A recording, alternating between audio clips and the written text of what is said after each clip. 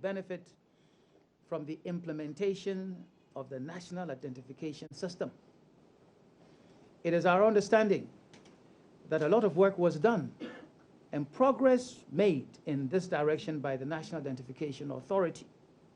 Therefore, we are asking the incoming administration to provide adequate financial, human, and technical support to the National Identification Authority so that this work can be completed by the end of 2017. We don't need a lot of time to get this task done. I know I have my identification card. It works. It works everywhere. And the system also, I've been there, put my finger there, all my particulars show up. It works. We don't have any excuse any longer not to give them the resources that they need to complete this job. Then number two, the 1992 Constitution. It's the biggest area of change. You know, since January 7th, 1993, we as a people, we have chosen to run our country under constitutional democracy. But despite our high democratic credentials, good governance is something that we have not achieved yet. And good governance is something, you know, that happens, it becomes a huge contract between those who rule and those who are ruled. But then good governance requires transparency, responsiveness, accountability, consensus building, and efficient and effective state institutions. But there are aspects of our 1992 Constitution that require change. These are some of the reasons why we go forward and then we come backward. And we don't change this 1992 Constitution. It doesn't matter who we put there, as president, as ministers of states, and so on and so forth. We will not get anywhere as a country. And let me acknowledge that we are not the only political party to recognize that changes are needed. Changes to this 1992 Constitution are needed. We just happen to be the most consistent and persistent in talking about this, in advocating for this to happen, and the one party that you will find this matter embedded in our existence. And the two campaigns that we have gone through, changing aspects of our Constitution, have been at center stage. And some of you may recall that during the first term of the MPP's Kufuor administration, the promise of change to the Constitution was written into the first Ghana Poverty Reduction Strategy. So a cabinet decision made, included in a Ghana Poverty Reduction Strategy with dates for clearing whatever hurdles that may be there, so that changes to the Constitution in certain areas, especially election of municipal, metropolitan, district chief executives, can happen. Well, it was written into that document, but it did not happen. The late President John Atta Mills, he went a few steps further by appointing a Constitutional Review Commission, January 2010. This commission traveled throughout Ghana, spent a good amount of resources, and documented the views of many Ghanaians. Indeed, I was, I believe, one of the first people if not the first, to make a written submission to the Commission. Unfortunately, we did not get the change we were looking for. That effort, all the resources spent, came to naught. The PPP, after the 2012 elections, made changing the 1992 Constitution a national crusade. We went out in many parts of the country on demonstrations, some led by Mr. William Doopo here, national chairman and others, to create public awareness on this important matter.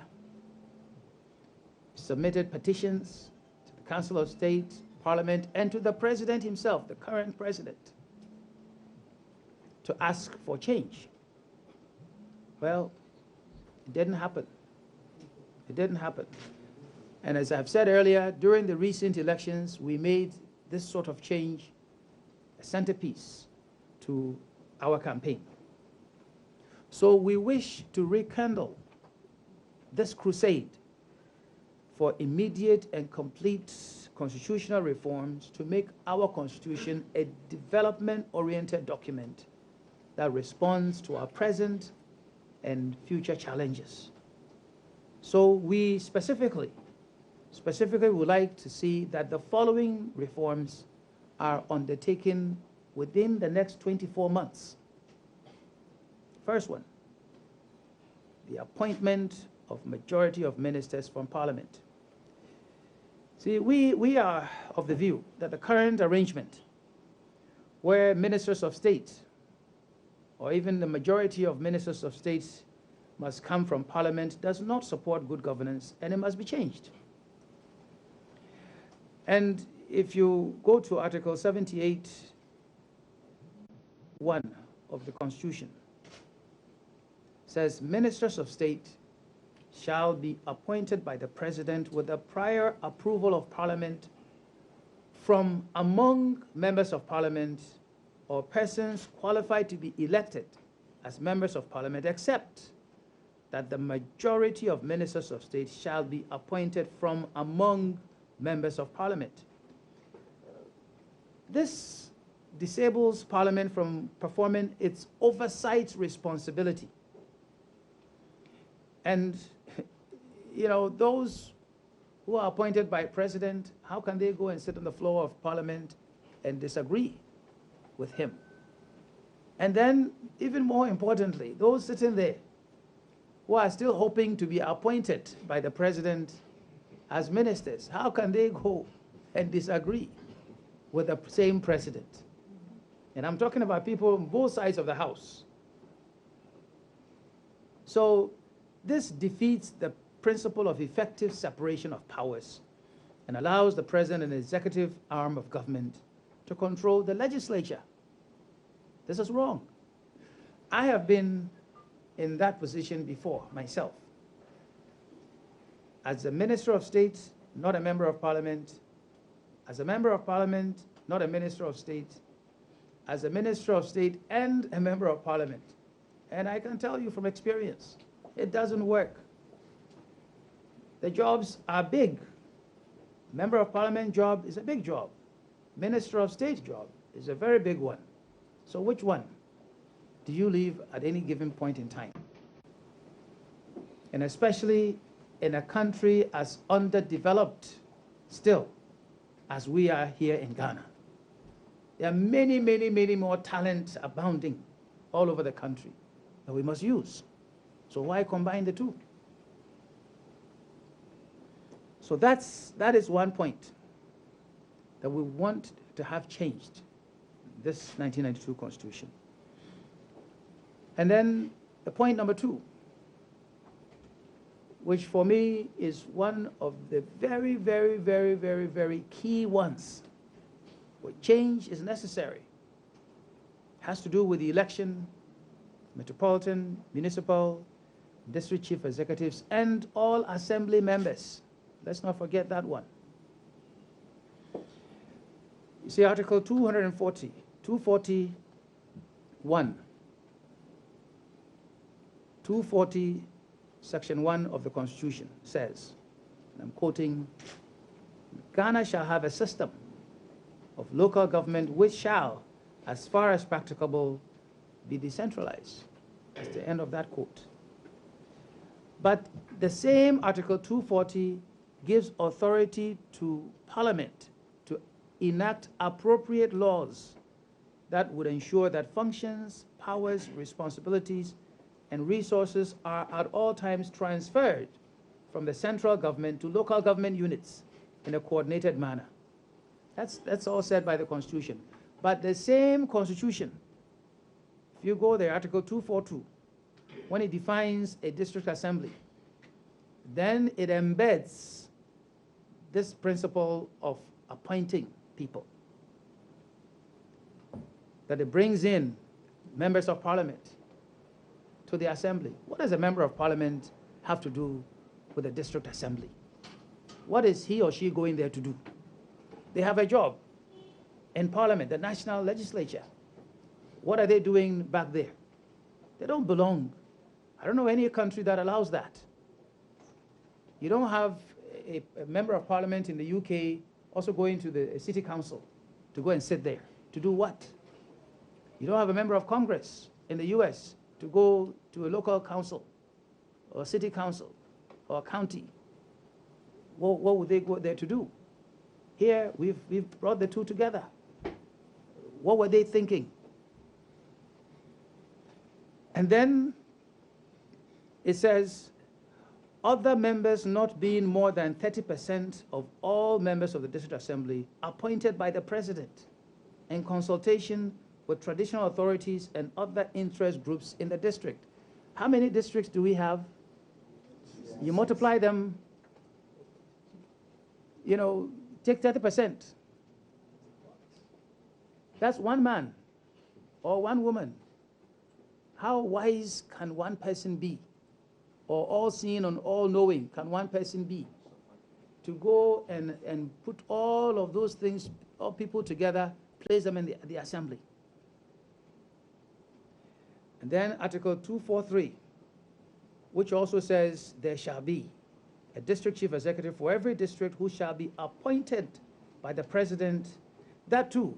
So I'm citing to you sections of the Constitution that need to be amended. That need to be amended. If they are not amended, we can talk and talk and talk all we want. The change we are all looking for will not happen. Will not happen. I have been an elected assembly member before. And when you go through that experience, then you know what we are talking about. There are some big people in Accra. Some are professors. Some have been ministers of state. Some are, you know, they are all over the place. They sit in Accra, they talk big about decentralization, about local government, about what should happen, you know, at the assemblies. But they have not sat there themselves. They have not submitted themselves to the people to be elected and then worked with the people. Then they will know that when you are elected by the people, you are the one they come and disturb. And they have a right to disturb you. They don't go and disturb the appointed members. It's the elected ones. Because they know it is you who may come back to seek their votes. So I may be sitting in Accra, doing whatever else that I'm doing for a living, and I'll get a phone call. Hey, Assemblyman. Lights no doom. I have to respond. And that's how it should work. But, and then they also don't know that those 30% of the assembly members they put there from the president, those people, they become a mafia. You know, they collaborate with the DCE, and they run the assemblies in most of the places in the country. So you go to the executive committee of the assembly, they are sitting there. So they look at somebody with a big mouth like me, and they say, hey, this man, he can't come to the executive committee. Oh. Let him remain an ordinary member of the assembly. An ordinary member of the assembly, how many times does the assembly meet? So we have problems there. And we are saying that our local areas remain largely underdeveloped because the leaders who are put there, those metropolitan, municipal, district chief executives, are selected by one person, quite often based on political patronage. Sometimes the people who become chief executives are the same ones rejected by those same people as parliamentary candidates. Sometimes they are party people, party chairman, and so on and so forth. And quite often, you don't know where these people come from. Their allegiance are to the president in Accra, not to the people they live with. And you go everywhere, and that is prospering. That's not what they do. That's not what they do in London or New York or Cape Town, and so on and so forth. So the point is, we want this changed. Then there are some people who say, but the cost of another election is a problem.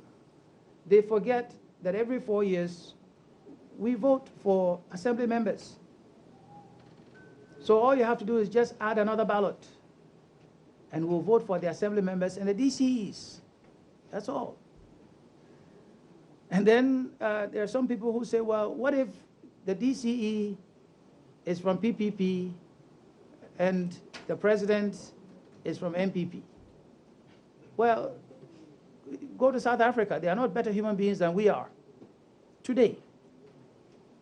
In many of their areas, Johannesburg and some other places, the mayor is from an opposition party to the president. You go to other parts of the world, and that is what happens.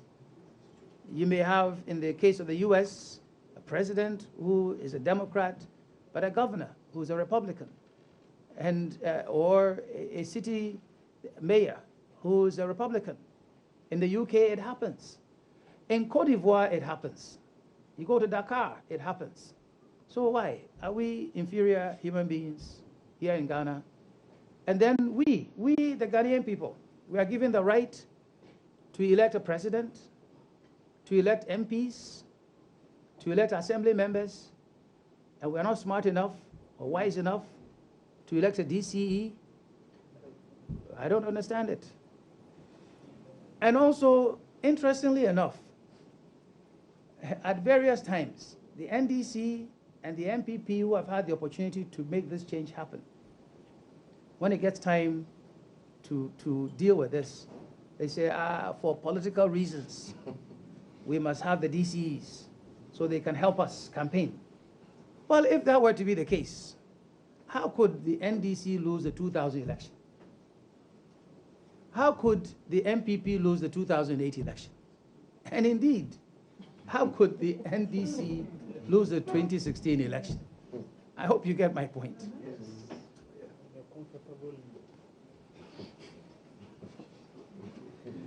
Let me move on. Number 3 is the separation of Attorney General's office from that of the Minister of Justice. And this, if you want to cite the offending part of the Constitution, it's Article 88, Section 1, which says, there shall be an Attorney General of Ghana who shall be a Minister of State and the principal legal advisor to the government. So that is in there. And this Attorney General also has supervisory responsibilities over IOCO and others, Shraj, and so on and so forth. And because in terms of prosecuting the findings. So when you have an Attorney General who's a cabinet member and is the most powerful person in terms of fighting against corruption, how does that become possible in our part of the world? That you sit there with your colleague, and you are the one who is supposed to look at the colleague and say, you are a thief, or you have stolen money from the state, or you have done something against us. How does that happen? What we're asking for is a separation. Let the Minister of Justice become the President's lawyer. Let the Attorney General's office become the people's lawyer. And let's bring that independence there. Now, I hear from time to time somebody has been talking about, oh, we should let that remain, but we'll have an office of independent prosecutor. Well, that's not what we're talking about here. We are talking about separating the two by law, changing the Constitution to make it happen. Number 4, paying of income tax by the president. And here, Article 68, Section 5 of the Constitution exempts the president from paying tax. This is wrong. And it does not permit the president to set a good example for the rest of the citizens to follow. The president and the vice president should be made to pay tax on their pay and their allowances. When the Atta Mills Constitutional Review Commission, when it sat, it supported this. It supported this. It is important that this amendment is made to provide the moral authority on the part of the president to go after tax evaders, whether they are appointees of the president or ordinary citizens. It's an important principle that would like to be upheld. And you go, I like some things the Americans do, I don't like some things that they do. One thing the Americans do every year, their president comes April 15th. That's the last day for you to file your income tax returns. The president will go and physically, visibly file the income tax return. And then it is published. Everybody sees it. Everybody sees it. How much money did the president make as president? If the president had written a book and made some earnings, is there. The revenue is there. Everything is there, and the tax the president pays is there.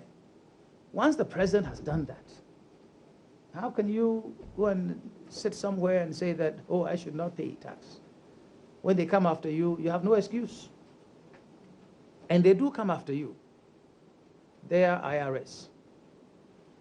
And it is important that we do the same. And so you see, in Ghana, when the IRS comes after you, sometimes they come after you for the wrong reasons.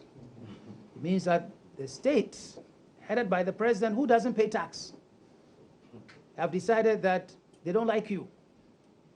So they must come after you and find something wrong with you. And they always start with tax payment. But it should not be. It should be a normal thing that is done. Pick a number, and if your number comes up, they come and review. Have you paid tax or not? But then remember, I talked about national identification system. Where are they going to pick the number from if we don't know that you exist? But if you are in our database, we can go and pick a number. And we'll come and ask, well, how much did you earn this year? If you won't talk, well, we'll ask your neighbor. We'll ask your friends. We'll ask everybody. Whether you are a tiler or a mason or a teacher or a lawyer, whatever, we will find out. And you will pay the tax. And the state will get the revenue that it needs to develop the country. That's what we're talking about. Number 5, public declaration of assets.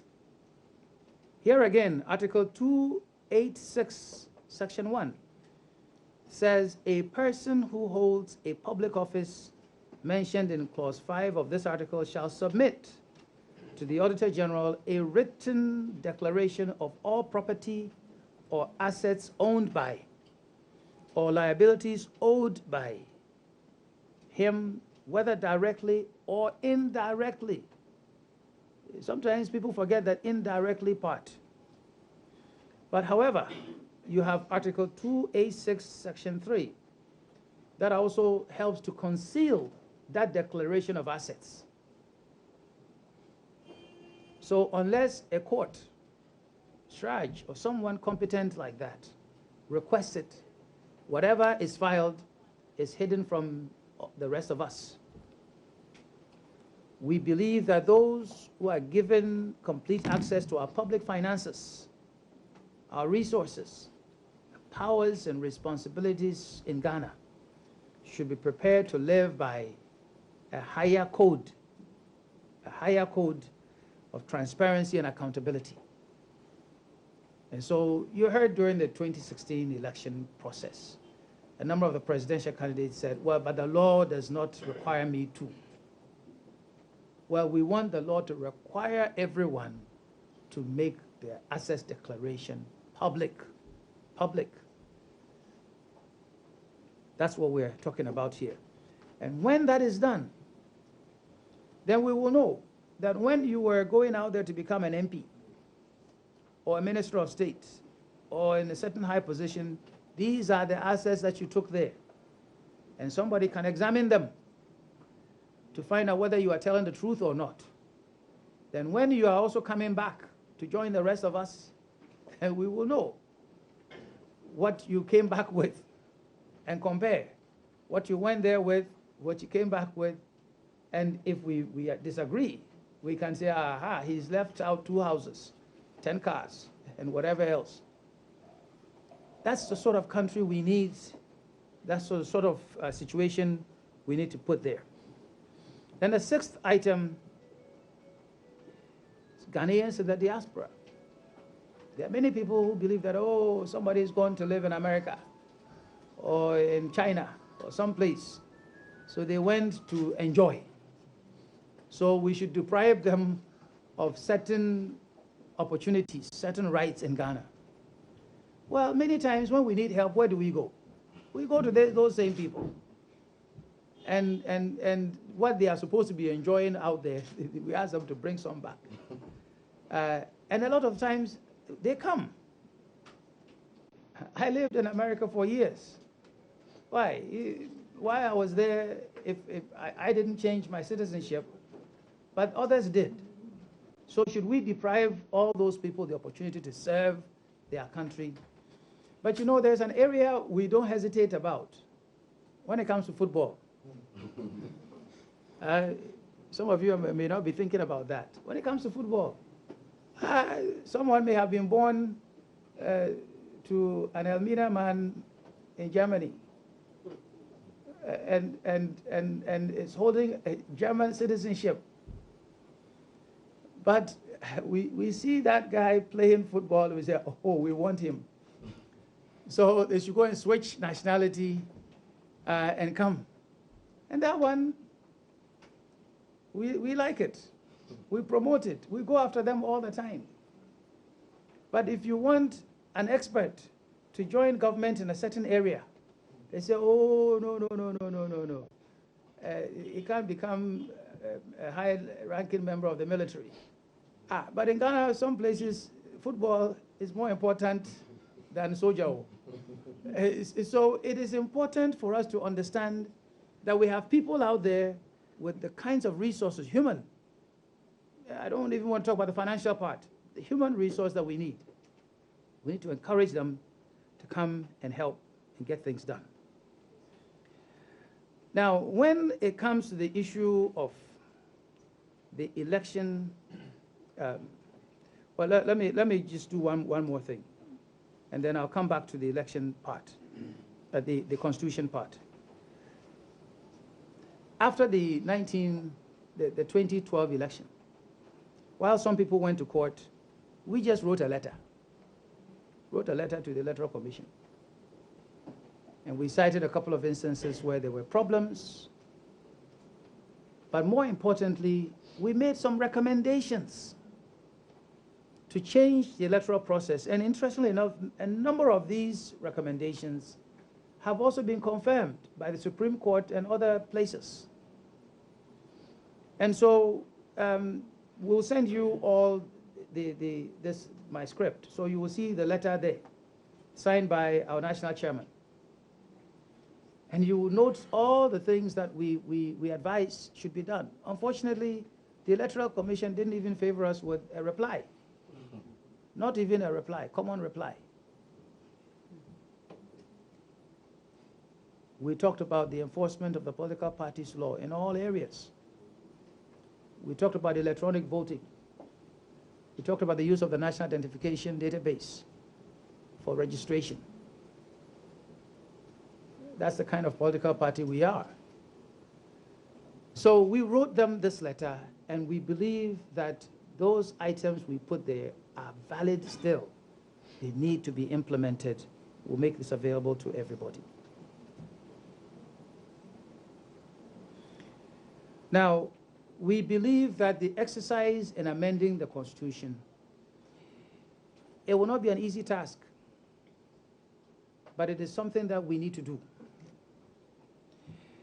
We must, all of us, commit ourselves to the process. We here, Progressive People's Party, we are saying we are fully committed to being a part of this process so that we get these amendments effected within the next 24 months. That's why we've taken the time to call you to let you understand that it is not something we are prepared to wait until 2019. We will not wait. We are just going to wait a few weeks to find out if the incoming president is committed to this process or not. And if he is, we will work along. If he isn't, well, we'll start agitating. That these are matters that are of importance, not just to us as a political party, but to the future of this nation. And so there are certain, provisions spelled out as far as amendments to the Constitution are concerned in Chapter 25 of the Constitution. So some of the amendments that we propose are classified under entrenched provisions under Article 290. For example, the separation of powers, Minister of Justice from Attorney General. That's an entrenched provision. And so that one, the appointment of ministers from Parliament, the payment of taxes by the President, these ones will require a national referendum for those changes to be made. And I want to hereby commit resources from the PPP whenever a national referendum is proposed, that we will travel to the length and breadth of this country to campaign for Ghanaians to know and understand and vote for change so the president can pay tax. So that vote so that we ensure that we separate the powers, the executive, legislature, and that we have the Minister of Justice, the President's lawyer, Attorney General becomes the people's lawyer. There are others that, if you will, they are not entrenched. And all that requires is 2/3 majority of the members of Parliament. That is all, which includes my favorite one, the election of DCEs. So that one, come January 7th, when the MPs are sworn in, the following day, they can go sit together and say, Kofi and Abba, let's go and vote, make this change, and we will be there to applaud them. If they have the courage and the people's interests at heart, and do so. And when they vote that change in, and the new president says, I will sign, we will be happy to accept an invitation to stand with him when he is signing that into law, so that we know that real change has come to Ghana. That's an important matter that we need to let everybody understand. So this national exercise requires tactical, committed, pragmatic leadership. And everybody involved should be part of this. And some of you have heard me say from time to time that if we don't care who takes credit, a lot of things can be done. So this is not a matter of who said it first, who agitated for it, who advocated for it, who even took it to Parliament, who signed it into law. This is something that should be a victory for all Ghanaians. All Ghanaians. And so we're expecting the new Parliament to show leadership, the new President to show leadership, and all the rest of us to show leadership so that real positive change can happen. So in conclusion, the PPP, we are bent on redeeming the pledge that we have made to Ghanaians that we will not be a party that only exists when elections arrive. We will continue to remain advocates for change, improving the lives of Ghanaians, bringing policies that will also bring positive development into this country, and be a party in opposition working in the best interest of the people of Ghana. So we are glad to note that the leader of the incoming MPP administration has repeatedly committed himself to the implementation of many of the reforms we are advocating for. So let me say clearly, we will be there to advocate, support, and play whatever positive role will ensure the legal adoption and implementation of the change agenda. At the same time, given our recent experience, where people say one thing and do something else, we will hold the incoming leader of the nation to his word. His promises must be redeemed. Thank you very much for your attention. Thank you very much, Dr.